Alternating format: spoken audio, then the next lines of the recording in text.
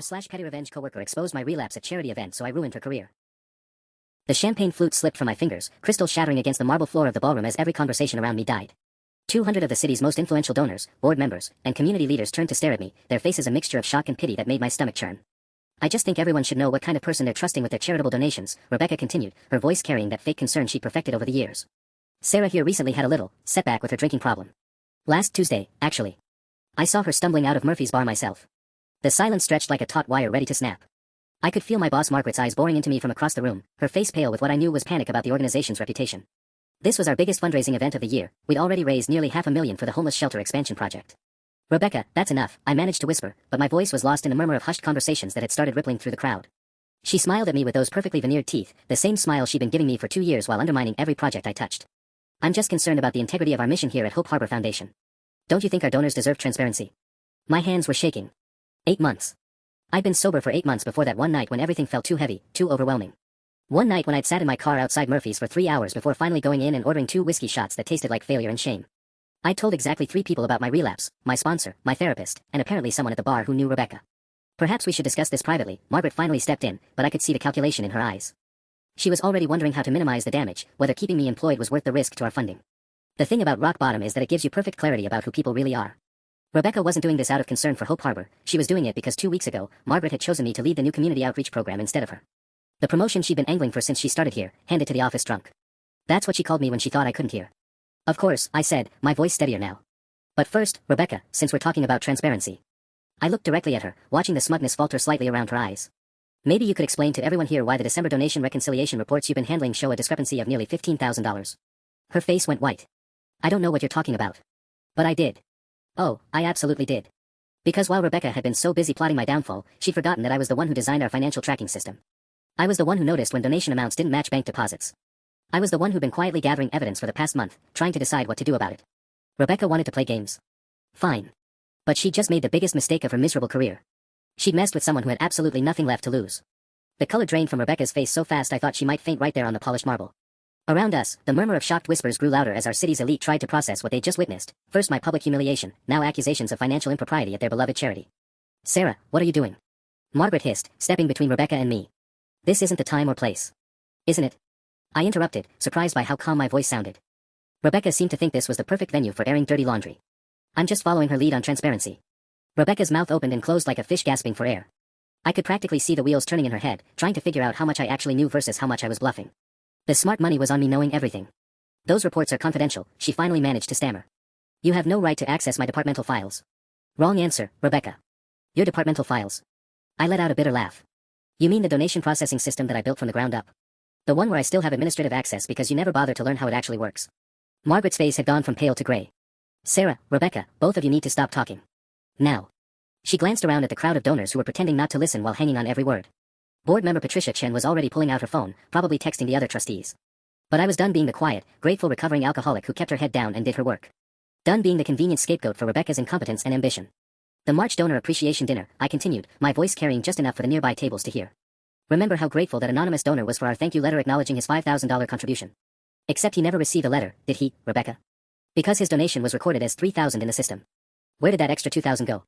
Rebecca's perfectly applied foundation couldn't hide the panic anymore. You're having another episode, Sarah. Everyone can see you're not stable enough for this kind of responsibility.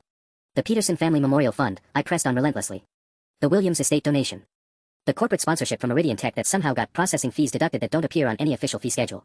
Enough. Margaret's voice cracked like a whip. Both of you, conference room. Now. But it was too late for damage control. I could see Harold Brennan, our biggest individual donor, whispering urgently to his wife. Patricia Chen was now actively typing on her phone, her face grim.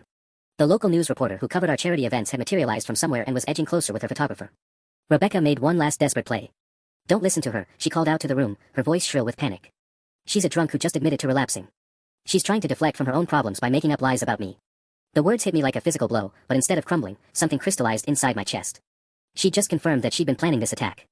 She'd weaponized the most shameful moment of my recovery, turned my struggle into ammunition for her petty office politics. I smiled at her then, and I watched her take an involuntary step backward. You know what, Rebecca? You're absolutely right about one thing. I am a drunk. But I'm a drunk with a very good memory and access to 18 months' worth of financial records. Her career was about to become as shattered as that champagne flute at my feet. The conference room felt like a tomb. Margaret sat at the head of the table, her hands folded so tightly her knuckles were white. Rebecca had positioned herself across from me, but she couldn't seem to sit still, shifting in her chair, picking at her manicured nails, shooting glances at the door like she was calculating escape routes. What exactly are you accusing Rebecca of? Margaret's voice was deadly quiet. As executive director, she built Hope Harbor from a tiny shelter operation into the city's most respected homeless services organization. Her reputation was everything.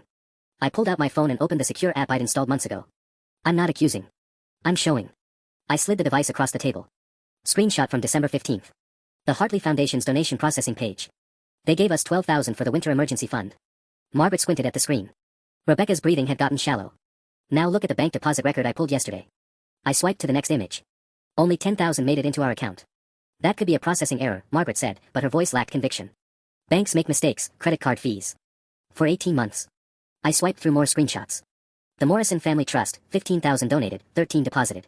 The Thanksgiving Corporate Drive, $27,000 in donations, $24,000 reached our account. Always the same pattern. Always clean amounts. $500 here, $2,000 there. Rebecca finally found her voice. This is insane. Sarah's obviously having some kind of breakdown. She's been unstable for months, drinking on the job. I've never had a drop of alcohol on these premises, I cut her off. But you know what I have had? Access to every financial transaction that flows through this organization. Including the secondary account you opened at Riverside Credit Union. The silence that followed was deafening. Margaret's face went from confused to horrified as the implications sank in. Secondary account. Margaret's voice was barely a whisper. Rebecca stood up abruptly, her chair scraping against the floor. I don't have to listen to this. Margaret, she's clearly having a mental health crisis. We should be calling security, not entertaining these paranoid delusions. But I wasn't done. The account you opened using Hope Harbor's tax ID number and your home address. The one that's been receiving direct deposits from our main donor processing system for the past year and a half. I looked directly at Rebecca. Did you really think I wouldn't notice? I designed the routing protocols. Margaret reached for the phone on the conference table. I'm calling our accountant. And the board chair. Anne. Don't. Rebecca's voice was sharp with panic. Margaret, please. Think about what this will do to the organization. Tonight was supposed to be our biggest fundraising success ever. If word gets out that there's been irregularities, it'll destroy everything we've worked for. The audacity was breathtaking. She was trying to use the charity's reputation as a shield, the same reputation she'd just torched by exposing my relapse in front of 200 donors. You mean like the way you protected our reputation 20 minutes ago? I asked. When you decided to announce my personal struggles to the entire city? Margaret's phone buzzed. Then again. And again. She looked at the screen and her face crumpled. The board members are texting. Patricia wants an emergency meeting. Harold Brennan is asking if he should suspend his planned donation pending clarification of recent concerns. Rebecca's perfectly constructed mask was finally cracking. Sarah started this. She's the one who brought up the financial reports. I was just trying to protect the organization from. From what? I stood up, my hands steady now. From someone who made a mistake and told 3 people about it in confidence. Or from someone who's been systematically stealing from homeless families for a year and a half. Through the conference room's glass walls, I could see staff members clustered in small groups, whispering. Someone from the evening news crew was interviewing departing donors in the lobby. Our carefully planned gala had become a disaster zone. But Rebecca had started this war. And she was about to learn that sometimes the person with nothing left to lose is the most dangerous opponent of all. Margaret's phone rang, the shrill sound cutting through the tension like a knife. She glanced at the caller ID and her face went even paler. It's the board chair. Don't answer it, Rebecca said quickly. Not until we sort this out privately. Margaret, you know me. I've been nothing but loyal to this organization. Sarah's obviously having some kind of psychotic break. Stop. Margaret held up her hand, but she didn't answer the phone. Sarah, I need to see everything you have. Right now. I pulled out the folder I'd been carrying, the one Rebecca hadn't noticed in all the chaos. Bank statements going back 18 months. Donor confirmation emails with original amounts versus processed amounts. The incorporation paperwork for Hope Harbor Administrative Services, that's the shell company you created to funnel the money through before it hit your personal account. Rebecca's composure finally shattered completely. You had no right to go through my personal information. That's invasion of privacy, it's probably illegal. Your personal information. I laughed, and the sound was sharp enough to cut glass. You used our organization's donor database to create false invoices. You used our tax ID number. You processed everything through our main financial system. The only thing personal about this is the account where you deposited the money. Margaret was flipping through the folder, her hands trembling. Rebecca, please tell me there's an explanation for this. Of course there is, Rebecca said, but her voice was getting desperate. Sarah's been gunning for my job ever since she got that promotion. She's an alcoholic, Margaret. They lie, they manipulate, they'll do anything to deflect attention from their own problems. This is textbook addict behavior. Something cold and sharp crystallized in my chest. You know what, Rebecca? You're right. I am an addict. I've spent the last 8 months learning exactly what that means, what I'm capable of, what I need to change about myself. I stood up slowly. But you know what addiction never made me do? Steal food from homeless children. Because that's what you did. Every dollar you skimmed was supposed to go to families living in their cars, to kids who haven't had a hot meal in days. That's not, Rebecca started, but Margaret cut her off. The Morrison Trust Fund donation, Margaret said, her voice hollow as she read from the papers. That was specifically for the children's nutrition program. She looked up at Rebecca with something approaching disgust. $15,000, Rebecca. That would have fed 40 kids for 3 months. Rebecca's phone started buzzing on the table. Then again. Text after text coming in rapid succession. Through the conference room's glass walls, I could see someone from HR heading our way, along with 2 people I recognized from the board of directors. This isn't over, Rebecca hissed at me. Even if you think you can prove something, it'll take down the whole organization. Every donor out there is going to wonder what else we're hiding. You think you're some kind of hero? You just destroyed the charity you claimed to care about. But she was wrong. Because while Rebecca had been busy planning my humiliation and covering her tracks, I'd been planning something much more comprehensive. The folder Margaret was holding was just the opening act. Actually, Rebecca, I said, watching as the HR director knocked on the conference room door, I think you'll find that the real story is just getting started. Because the evidence I just showed Margaret. That's only what I could fit in a folder. Her face went white as she finally understood. I hadn't just stumbled onto her embezzlement scheme. I'd been building a case. The HR director, Janet, entered with board members Patricia Chen and Robert Hayes trailing behind her. Their faces were grim, and I could see they'd been briefed on at least part of what had happened in the ballroom. Margaret, we need to discuss damage control, Patricia said without preamble. The news crew is still in the lobby, and 3 major donors have already called asking for meetings tomorrow morning. Rebecca seized the opening like a lifeline. Thank goodness you're here. Sarah's been making wild accusations, obviously trying to deflect from her public breakdown. She's not stable enough to be handling sensitive information. But Robert Hayes was looking at the folder in Margaret's hands. What kind of accusations? Financial irregularities, Margaret said quietly. Sarah's provided documentation suggesting that donations have been redirected. Allegedly redirected, Rebecca corrected quickly. By someone with a clear substance abuse problem and a grudge against me for the promotion she thought she deserved. Janet pulled out a tablet and started taking notes. Sarah, you understand that making false accusations against a coworker is grounds for immediate termination? My heart hammered against my ribs. This was the moment I'd been dreading, when my recovery would be used as a weapon against my credibility. But I prepared for this too. I understand completely, I said. Which is why I've already forwarded copies of all documentation to our external auditing firm, Morrison & Associates. They should have received everything about an hour ago. The room went dead silent. Margaret's phone, which had been buzzing constantly, suddenly seemed very loud. Rebecca's face cycled through confusion, panic, and finally rage. You did what? I also sent copies to the State Attorney General's office, specifically to their nonprofit fraud division. And to our primary funding partners at the United Way. I kept my voice level, professional. Given the serious nature of the allegations, I felt it was important to be proactive about transparency. Patricia Chen sank into a chair. Jesus Christ, Sarah. Do you have any idea what you've just done? I've protected this organization's integrity, I replied. When Morrison & Associates confirms the financial discrepancies, Hope Harbor will be seen as an organization that takes donor trust seriously enough to self-report problems. Rebecca was shaking her head frantically. No, no, no. Margaret, you can't let her do this. She's destroying everything over some petty revenge fantasy. I can explain the account discrepancies, there are perfectly legitimate reasons. Such as? Robert Hayes asked quietly. Rebecca's mouth opened and closed. I watched her scramble for an explanation that wouldn't exist. Processing fees. Administrative costs. There are always legitimate deductions that don't show up clearly in the basic reports. For 18 months. I asked. Always in clean amounts. Always from specific high-value donations. And always routed through an account you opened without board authorization. Janet looked up from her tablet. Rebecca, did you open any financial accounts on behalf of the organization without proper approval? The question hung in the air like smoke. Through the glass walls, I could see more staff members gathering, their faces anxious. Word was spreading fast. Rebecca's phone buzzed again, and this time she looked at it. Her face went ashen. That's probably the credit union, I said conversationally. I imagine they'll be calling to verify account ownership once the AG's office contacts them. Banking fraud is a federal crime, so they take those inquiries pretty seriously. You vindictive bitch, Rebecca whispered, her composure finally cracking completely. You've ruined everything. The organization, the donors, my career. No, Rebecca, I said quietly. You did that the moment you decided to steal from homeless families. I just made sure everyone would find out. Margaret's phone rang again. This time, she answered it. Hello, Mr. Morrison. Yes, we've been expecting your call. The call lasted exactly 4 minutes and 37 seconds. I know because I watched every tick of the conference room clock while Margaret's face grew progressively graver. When she finally hung up, the silence was suffocating. Morrison & Associates will be here first thing Monday morning for a full forensic audit, Margaret announced. They're also recommending we suspend all financial operations until they can assess the scope of the issue. Rebecca shot to her feet. Margaret, you can't seriously be considering. Sit down, Rebecca. Margaret's voice carried an authority I'd never heard before. Mr. Morrison also mentioned that the documentation Sarah provided appears comprehensive and concerning. Those were his exact words. Janet was typing furiously on her tablet. We need to notify the insurance company immediately. If there's been actual theft, we'll need to file a claim, which means involving law enforcement. No, Rebecca said, her voice climbing toward hysteria. You're all overreacting. This is exactly what Sarah wanted, to create chaos and destroy my reputation because she's jealous and unstable. Patricia Chen leaned forward. Rebecca, help me understand something. Sarah mentioned a secondary account at Riverside Credit Union. Do you have any accounts there? The question was so direct, so simple, that Rebecca couldn't deflect it. I watched her calculate whether lying would make things worse. Yes, I have a personal account there. But that has nothing to do with. What's the account name? Robert Hayes asked. Rebecca's silence stretched long enough to become damning. Through the glass wall, I could see 2 people in dark suits walking through the lobby with Margaret's assistant. My stomach dropped as I recognized the woman, Detective Maria Santos from the Financial Crimes Unit. I'd met her during a community outreach event last year. Margaret, I said quietly, I think we might want to pause this conversation. She followed my gaze and went pale. Oh, God. Sarah, tell me you didn't. I didn't call them, I said truthfully. But Morrison and Associates has mandatory reporting requirements for suspected embezzlement.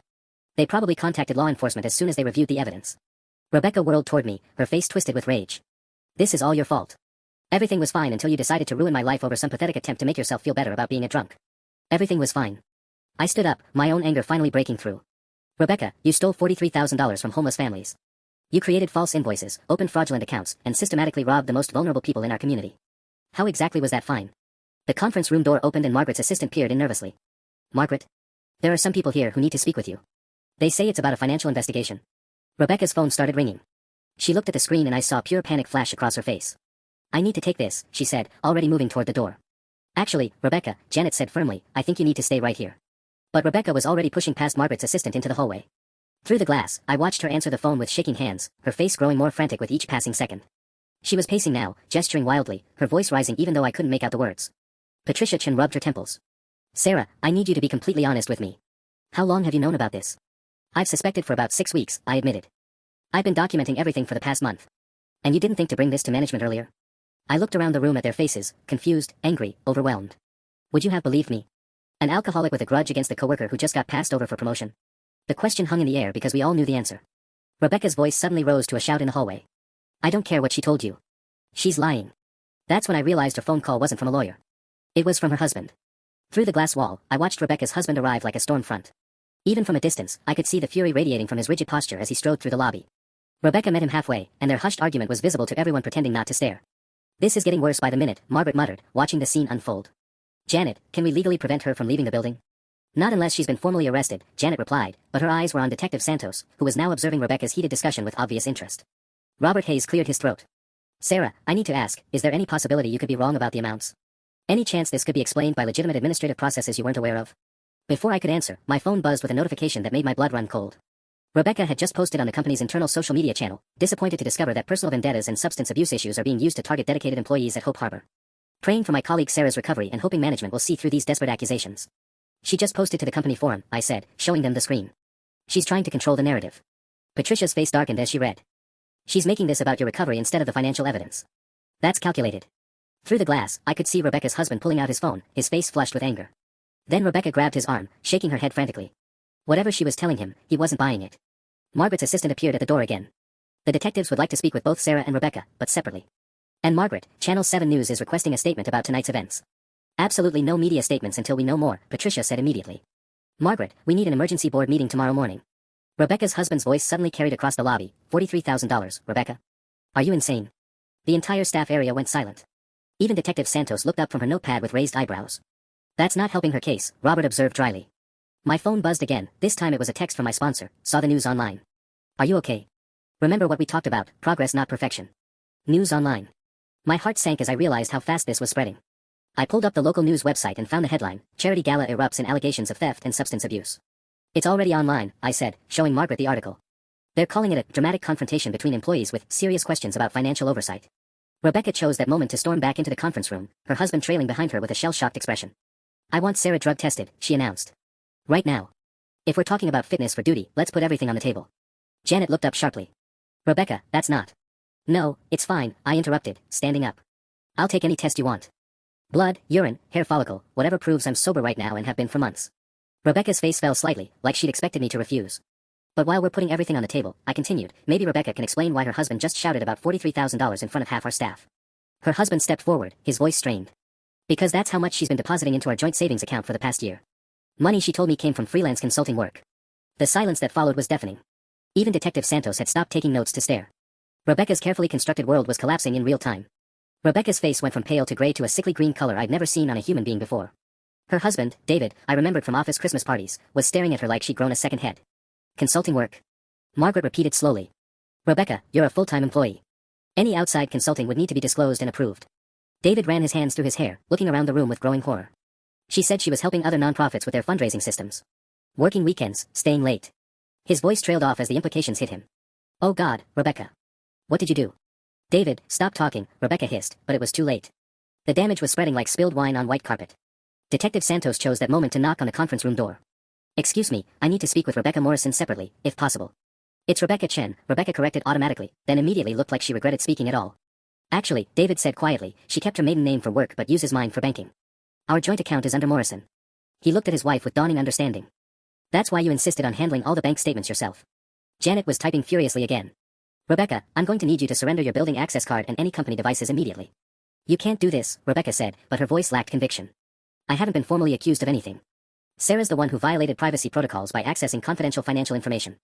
Information she had legitimate access to as the system administrator, Robert Hayes pointed out. Sarah, you did have proper authorization to review those records, correct? Complete administrative access, I confirmed. I've been generating financial reports for 2 years. It's literally in my job description. Detective Santos cleared her throat. Ms. Chen, I'd like to speak with you now, if you don't mind. Rebecca looked around the room like a trapped animal. I want a lawyer present. That's your right, the detective agreed. But I should mention that we've already been in contact with Riverside Credit Union. They've confirmed the existence of an account under the name Hope Harbor Administrative Services with Rebecca Morrison as the primary account holder. David made a sound like he'd been punched in the stomach. Rebecca, tell me you didn't use my name for this. I can explain everything, Rebecca said desperately. The account was for legitimate administrative purposes. Sarah's been trying to frame me because she's mentally unstable. She's been drinking again, everyone knows. Actually, I interrupted, pulling out my phone. I've been recording our conversation since you made those accusations public. I looked directly at her. Including the part where you just admitted to opening the account using your husband's last name without his knowledge. That's identity theft on top of embezzlement.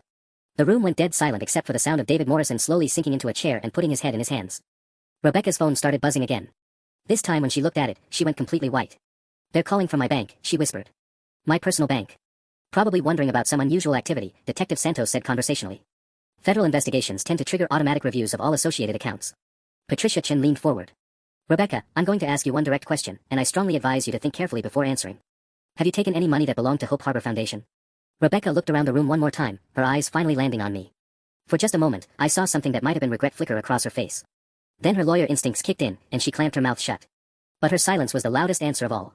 Detective Santos led Rebecca out of the conference room, and I watched through the glass as they settled into Margaret's office. Rebecca's husband David remained slumped in his chair, staring at his hands like they held answers to questions he was afraid to ask. 43,000, he kept repeating under his breath. I thought we were finally getting ahead. I thought she was just. God, I'm such an idiot. Margaret's phone rang again, the 4th time in 10 minutes. It's Harold Brennan, she said, looking at the caller ID like it might bite her. Our largest individual donor. Don't answer it yet, Patricia advised. Not until we have a clearer picture of what we're dealing with. But it was too late for damage control, and we all knew it. Through the lobby windows, I could see a second news van pulling up outside. My phone had been buzzing nonstop with texts from coworkers who'd heard bits and pieces of what happened. Janet looked up from her tablet. Sarah, I need to ask, how did you gain access to Rebecca's personal banking information? The account details you mentioned earlier? My stomach dropped. This was the question I'd been dreading. I didn't access her personal accounts. But the routing information for the fraudulent deposits showed up in our system logs. When you're processing donations through our platform and redirecting portions to an unauthorized account, it leaves digital footprints. But how did you know to look for those footprints? Robert pressed. What made you suspicious in the first place? I hesitated, knowing this would sound paranoid. Rebecca made a comment about her new car last month. A BMW. She mentioned paying cash for it, said she'd been saving money from side work. I looked around the room. We all know what nonprofit salaries look like. A $40,000 car purchase raised some questions. David's head snapped up. She told me that car was a lease. Said the payments were only $300 a month. The pieces kept falling into place, each revelation making Rebecca's deception more elaborate and more devastating. Margaret was reading through the financial documents again, her face growing darker with each page. The Thanksgiving emergency fund, she said suddenly. Rebecca, where you supposedly processed 27,000 in donations but only 24 made it to our account. That $3,000 difference was supposed to buy winter coats for 60 children. David made that punched in the stomach sound again. She bought a designer handbag in December. Said it was an early Christmas present to herself. $3,000. My phone buzzed with a text from an unknown number, Channel 7 News. Would you be available for an interview about tonight's events at Hope Harbor Foundation? The media wants to interview me, I said, showing Margaret the message. Absolutely not, Patricia said immediately. Nobody talks to the press until this is resolved. But even as she said it, we could see Rebecca through the glass walls of Margaret's office, gesturing animatedly at Detective Santos. Her body language had shifted from defensive to aggressive. She was clearly trying to control the narrative, probably painting me as an unstable alcoholic with a vendetta. She's going to throw you under the bus, David said quietly, following my gaze. That's what she does when she's cornered. I've seen it before with her family, her friends. Anyone who threatens her perfect image becomes the problem. Margaret's assistant appeared at the door again, looking harried. Margaret, I'm sorry, but there's a reporter in the lobby asking about allegations of financial impropriety and substance abuse among staff. Security doesn't know whether to escort her out or... Escort her out, Patricia said firmly. And lock the front doors. This is a private matter. But we all knew it wasn't private anymore. Rebecca had made sure of that the moment she'd announced my relapse to 200 donors. Now the whole mess was spiraling into a public scandal that would follow both of us forever. The only difference was that I'd been telling the truth. Detective Santos emerged from Margaret's office with Rebecca trailing behind, her face now completely devoid of color. But instead of the defeated posture I expected, Rebecca had straightened her shoulders and lifted her chin. She was going into full attack mode. I want to file a formal complaint against Sarah Chen for harassment, invasion of privacy, and defamation, Rebecca announced to the room. She's been stalking my personal financial information and using her access to company systems to build a false case against me. David stared at his wife like she'd lost her mind. Rebecca, they have bank records. You admitted to the account. I admitted to nothing, she snapped. I said I had a personal account at Riverside, which is perfectly legal. Everything else is Sarah's paranoid interpretation of routine administrative processes she doesn't understand. Detective Santos consulted her notepad. MS. Chen, Sarah Chen, I'd like to speak with you next. But first, I need to clarify something. She looked directly at Rebecca. The account in question shows regular deposits that correspond exactly with discrepancies in Hope Harbor's donation processing. Are you saying that's a coincidence? I'm saying that correlation isn't causation, Rebecca replied smoothly. Sarah designed a flawed financial system and is now trying to blame me for its irregularities. I felt my mouth fall open. She was actually trying to pin her embezzlement on system errors that I had supposedly created. The sheer audacity was breathtaking. That's interesting, I said slowly, because the system logs show manual overrides on every single transaction in question. Overrides that required your specific login credentials and administrative password. Rebecca's composure cracked slightly. Anyone could have used my login information. Office security here is practically non-existent. Janet looked up sharply. Rebecca, are you suggesting that someone else used your credentials to access confidential financial systems? Because if so, we'll need to report that as a security breach immediately. No, that's not. Rebecca floundered, realizing she'd backed herself into a corner. Look, this is all a misunderstanding that's being blown out of proportion by someone with a documented substance abuse problem. That's when Margaret's phone rang with a call that changed everything. It's Morrison and Associates, Margaret said, answering immediately. Hello, Mr. Morrison. Yes, we're still here. What do you mean preliminary findings? The room went dead silent as Margaret listened, her face cycling through confusion, shock, and something approaching horror. Are you certain about that amount? Because we were told. I see. Yes, I understand. Monday morning, absolutely. She hung up and looked around the room with shell-shocked eyes. 43,000 was just the beginning, she said quietly. Morrison's preliminary review suggests the total theft could be closer to $90,000 going back 3 years. David Morrison made a strangled sound. Rebecca went so pale I thought she might actually faint. That's impossible, Rebecca whispered. The documentation Sarah provided only shows the last 18 months, I finished. Because that's how far back I looked. I stopped when I had enough evidence to establish a pattern. Detective Santos was writing furiously now. Ms. Chen, how far back do your administrative access logs go? 5 years, I said quietly. I've been the system administrator since I started here. Rebecca's phone started ringing again. Then David's phone. Then Margaret's. All at once, like some cosmic joke, every device in the room erupted in a symphony of buzzing and chiming. Rebecca looked at her screen and her last vestige of composure finally shattered completely. It's my mother, she whispered. Someone told my mother. That's when I realized the news vans outside weren't just covering a charity scandal anymore. They were covering the complete destruction of Rebecca Morrison's entire life. Detective Santos closed her notepad with a sharp snap. I'm going to need both of you to come to the station for formal statements. Sarah, you first, then Rebecca. Wait, Rebecca said, panic creeping into her voice. I need to call my lawyer. And my husband needs to get home to our kids. Actually, David interrupted, standing up slowly, the kids are at my mother's tonight. Remember? You said you needed them out of the house for some important business calls this weekend. The implication hung heavy in the air. Rebecca had been planning something, preparing for this to blow up. She'd orchestrated my public humiliation tonight knowing it would lead to exactly this kind of investigation. Margaret's phone buzzed with a text. She glanced at it and her face went ashen. The board chair wants an emergency meeting at 8 a.m. tomorrow. All senior staff required. She looked directly at me. Sarah, I need you there. She shouldn't be anywhere near this organization, Rebecca snapped. She's violated every privacy protocol we have. Margaret, she's been systematically accessing confidential information for weeks. Information that revealed systematic theft, Patricia interrupted coldly. Rebecca, I think you need to focus on your own situation right now. Through the conference room's glass walls, I could see our evening security guard escorting the news crew out of the lobby. But more cars were pulling up outside, not just media now, but what looked like federal vehicles. Detective Santos noticed too and stepped out to make a phone call. Rebecca's mother called again. Then her phone started buzzing with text notifications, one after another, a relentless stream that made her hands shake as she tried to silence it. It's on Facebook, she whispered, staring at her screen. Someone posted about tonight. The comments, oh God, the comments. David leaned over to look, then immediately stepped back like he'd been burned. Rebecca, what did you tell people about Sarah's drinking? My stomach clenched. What do you mean? David's face was grim. There are comments here from people saying they're not surprised that Rebecca's been concerned about Sarah's stability for months. People from the PTA, from our neighborhood association. He looked at his wife with growing disgust. You've been spreading rumors about Sarah's recovery all over town. The betrayal hit me like a physical blow. Bad enough that Rebecca had stolen from the charity, but she'd been systematically destroying my reputation in the community for months. Planting seeds of doubt about my sobriety, my reliability, my character, all to set up this moment. That's defamation, Janet said, looking up from her tablet. Sarah, you could have grounds for a lawsuit. I was trying to protect people, Rebecca said desperately. She's been erratic, missing meetings, making mistakes. Everyone could see she was struggling. I haven't missed a single meeting, I said quietly.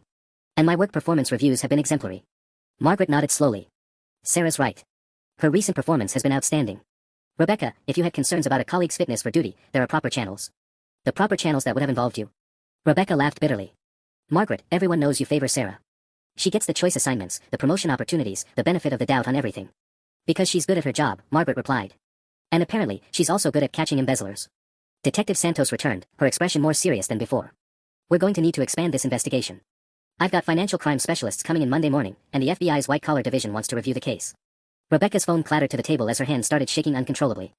The FBI. Non-profit fraud involving federal tax exemptions falls under federal jurisdiction, Detective Santos explained. Especially when the amounts reach this level. My own phone buzzed with another unknown number. This time it wasn't media, it was my sponsor. Are you okay? Saw your name on the news website. Remember, you're not responsible for other people's choices. I looked around the conference room at the wreckage of Rebecca's life, at David's devastated face, at Margaret's shell-shocked expression. Tomorrow, this would be front-page news. My recovery, Rebecca's theft, the charity's reputation, all of it torn apart and scattered for public consumption. But my sponsor was right. Rebecca had made her choices. I just refused to be her scapegoat. The real reckoning was only just beginning. The FBI agents arrived at 7:30 Monday morning, 45 minutes before our emergency board meeting was scheduled to begin. I watched from my office window as they filed into the building, 3 people in dark suits carrying laptops and bankers' boxes, moving with the kind of methodical precision that made my stomach churn. Margaret appeared at my door, coffee mug trembling in her hands. They want to interview you first. Conference room B. The lead agent, Special Agent Rodriguez, had the kind of steady gaze that probably made career criminals confess to jaywalking. She spread a series of documents across the table while her partner set up recording equipment. Ms. Chen, we've reviewed the preliminary evidence you provided to Morrison and Associates. Impressive work for someone without forensic accounting training. She looked up from the papers. How did you know to document everything so thoroughly? I didn't plan to build a case, I admitted. I just started taking screenshots when things didn't add up. My sponsor in recovery always says to write everything down, it helps you see patterns you might miss otherwise. Agent Rodriguez's eyebrows lifted slightly. Your sponsor suggested financial investigation techniques. Not exactly. But when you're learning to recognize your own destructive patterns, you get good at spotting when things don't look right. I gestured toward the bank statement spread across the table. Rebecca's spending patterns were inconsistent with her income. The second agent, Martinez, leaned forward. Ms. Chen, we need to discuss something sensitive. Our preliminary investigation suggests Ms. Morrison may have been planning to frame you for the embezzlement. My blood went cold. What do you mean? Agent Rodriguez slid a printed email across the table. We recovered this from Ms. Morrison's personal computer. It's a draft message to the board of directors, dated last Friday, 3 days before the gala. I read it with growing horror. Rebecca had written a detailed letter explaining how she'd discovered irregularities in the donation processing system, how she traced the problems to concerning changes I'd made to the financial protocols, and how my recent behavioral issues and substance abuse problems had created a significant security risk for the organization. She was going to send this. My voice sounded hollow. The metadata suggests she planned to send it first thing Monday morning, Agent Martinez confirmed. Right after your very public breakdown at the charity gala. The pieces clicked into place with sickening clarity. Rebecca hadn't just exposed my relapse on impulse, she'd orchestrated the entire thing. Get me drunk or emotional enough to cause a scene, then swoop in as the concerned colleague who discovered financial irregularities that could be blamed on the unstable alcoholic. She researched my recovery meeting schedule, I said, the realization hitting me like a punch to the gut. Murphy's Bar is 2 blocks from St. Mark's Church, where my AA group meets on Tuesday nights. She knew exactly where to look for me. Agent Rodriguez nodded grimly. We found browser history showing searches for addiction relapse signs and alcoholic employee liability. She'd been planning this for weeks. Margaret knocked on the conference room door, her face pale. I'm sorry to interrupt, but we have a problem. Channel 7 is running a segment about Sarah's recovery as part of their investigation coverage. They're interviewing people from the community. Through the conference room's window, I could see the news van parked outside again, its satellite dish extended like some predatory antenna. My phone started buzzing with calls from numbers I didn't recognize. They're calling me, I said, staring at the screen. How did reporters get my personal number? Agent Martinez and Rodriguez exchanged glances. Ms. Chen, we need to discuss witness protection protocols. Ms. Morrison's defense attorney has indicated they plan to argue that you orchestrated this entire situation to cover your own theft. But you have her emails, her bank records, which her lawyer will claim were planted or manipulated by someone with administrative access to all systems. Agent Rodriguez's expression was grim. She's going to argue that you're a sophisticated embezzler who used your technical skills and substance abuse as cover. Margaret sank into a chair. This is going to destroy us. Even if Sarah is completely vindicated, the publicity alone. She trailed off, staring at her phone as it buzzed with another call.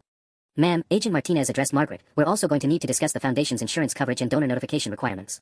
This investigation could take months. Outside, I could see more news vans arriving. My phone rang again, this time it was a number I recognized with dread. My mother.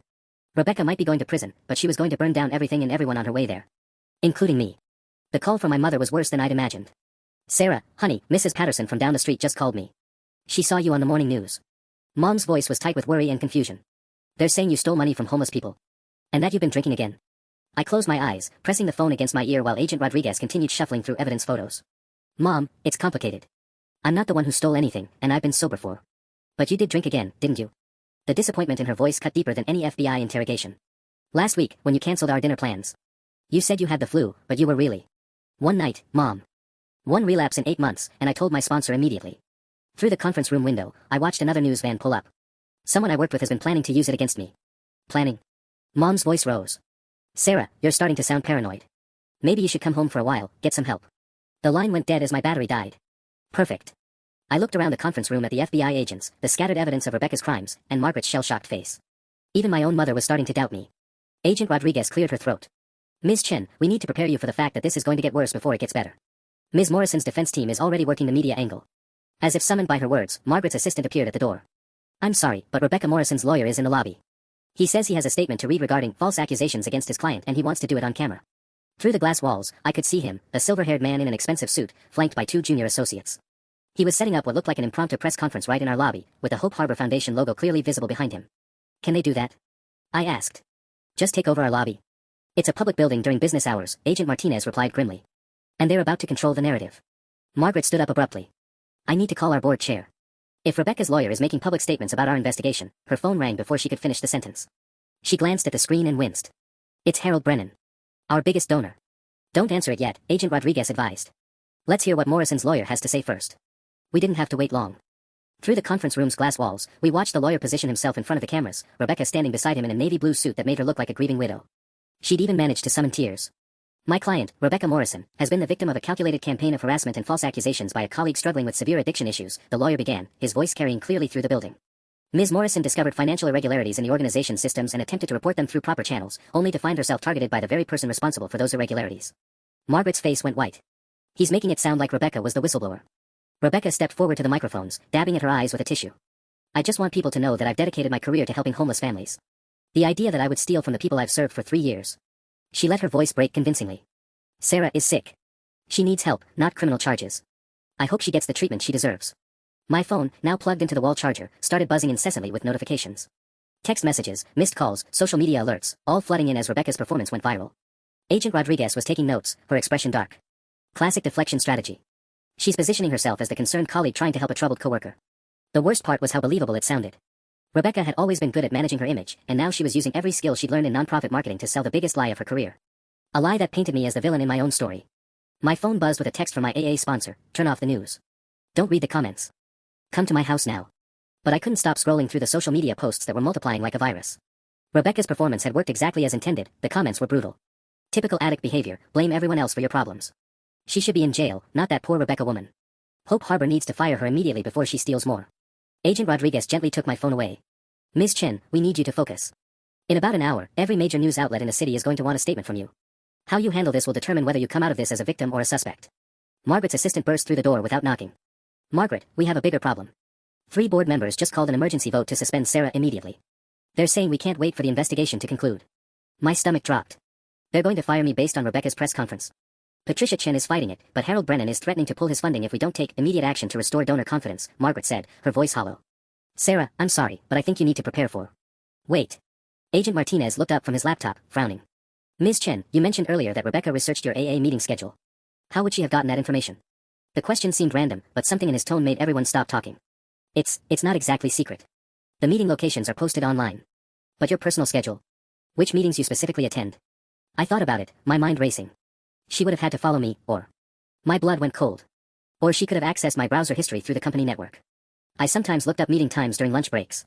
Agent Rodriguez and Martinez exchanged a significant look. Ms. Chen, if Ms. Morrison was monitoring your computer activity through the company system, that's a federal crime. Especially if she used that information to stalk and manipulate you. Margaret leaned forward. Sarah, you're saying Rebecca was spying on your personal internet usage at work? All I know is that she somehow knew exactly where to find me last Tuesday night, and it wasn't somewhere I'd ever mentioned going. The pieces were falling into place, and they painted a picture of surveillance that made my skin crawl. Agent Martinez started typing furiously. We'll need to examine your work computer and the network logs. If Morrison was systematically monitoring your online activity. He looked up grimly. This just became a stalking case on top of embezzlement. Through the conference room window, I could see Rebecca's lawyer still holding court with reporters, but Rebecca herself had disappeared. My phone, now back in my hands, rang with another unknown number. This is Sarah Chen. Ms. Chen, this is David Morrison. Rebecca's husband. His voice was strained, exhausted. I need to tell you something, but not over the phone. Can you meet me somewhere private? Agent Rodriguez was already shaking her head, but something in David's tone made me hesitate. David, I don't think that's a good idea right now. She kept a journal, he interrupted, his words rushing together. Rebecca kept a journal about you. About your recovery, your schedule, everything. I found it this morning when I was packing her things. My hands started shaking. What kind of journal? The kind that's going to prove she's been planning this for months. And Miss Chen. You need to see it before her lawyer destroys it. David Morrison met us in the parking lot of a 24-hour diner 20 minutes later, looking like he'd aged 10 years since Friday night. In his hands was a leather-bound journal that he clutched like evidence in a murder trial. I almost threw this away, he said, handing it to Agent Rodriguez. But then I started reading it, and... He shook his head. I've been married to a monster. Agent Rodriguez opened the journal carefully, her expression growing darker with each page. Miss Chen, you need to hear this. She began reading Rebecca's handwriting aloud. March 15th, Sarah left work early again today, probably for another AA meeting. So predictable. If I can document her unreliability patterns, it'll support my case when the financial discrepancies come to light. My blood turned to ice water. April 3rd, found out Sarah's sponsor meets her at Murphy's bar sometimes for coffee before meetings. The irony is perfect. If I can catch her there on a bad day, maybe push the right buttons. April 20th, Margaret announced the promotion went to Sarah. Time to accelerate my timeline. The Hartley donation is processing next week. I can skim an extra 5,000 to make sure the override logs point to Sarah's admin access. Agent Rodriguez looked up at me. Miss Chen, she was planning to frame you from the beginning. The embezzlement, the stalking, even triggering your relapse, it was all premeditated. David's voice was hollow. There are 43 pages about you, Sarah. Your schedule, your recovery progress, your relationship with Margaret. She was obsessed. My phone rang again, this time it was Margaret. Sarah, where are you? Rebecca's lawyer just left, and the board is meeting in 10 minutes. I need you here. We'll be right there, Agent Rodriguez answered for me. She closed the journal carefully. Mr. Morrison, this evidence changes everything. Your wife is looking at federal stalking charges on top of embezzlement. 20 minutes later, I walked back into Hope Harbor Foundation with 2 FBI agents and a journal full of proof that I'd been systematically stalked and framed by a colleague I trusted. The news vans were still outside, but now they were documenting Agent Rodriguez's press conference instead of Rebecca's lawyer's lies. Based on new evidence obtained this morning, we can confirm that Ms. Sarah Chen has been the victim of an elaborate fraud scheme designed to conceal systematic embezzlement from Hope Harbor Foundation, Agent Rodriguez announced to the cameras. Ms. Chen's actions in documenting and reporting financial irregularities likely saved this organization hundreds of thousands of dollars in additional losses. Through the lobby windows, I watched Rebecca being led away in handcuffs, her perfect composure finally shattered completely. She looked up at the building one last time, her eyes finding mine through the glass. Even now, even caught, there was hatred in her stare. But I felt something I hadn't experienced in months, peace. My phone buzzed with a text from my sponsor, proud of you. Sometimes the most courageous thing you can do is tell the truth and let the chips fall where they may. Margaret appeared beside me as the FBI car drove away with Rebecca. The board voted, she said quietly. Unanimously. You're not being suspended, Sarah. You're being promoted to Deputy Director of Operations, effective immediately. I looked around the lobby at my coworkers, at the Hope Harbor logo on the wall, at the mission statement that had drawn me to this place when I was newly sober and desperate for purpose. Rebecca had tried to destroy everything, my recovery, my career, my reputation, the charity we both claimed to serve. Instead, she'd given me the chance to prove exactly who I really was. The truth, it turned out, really was enough.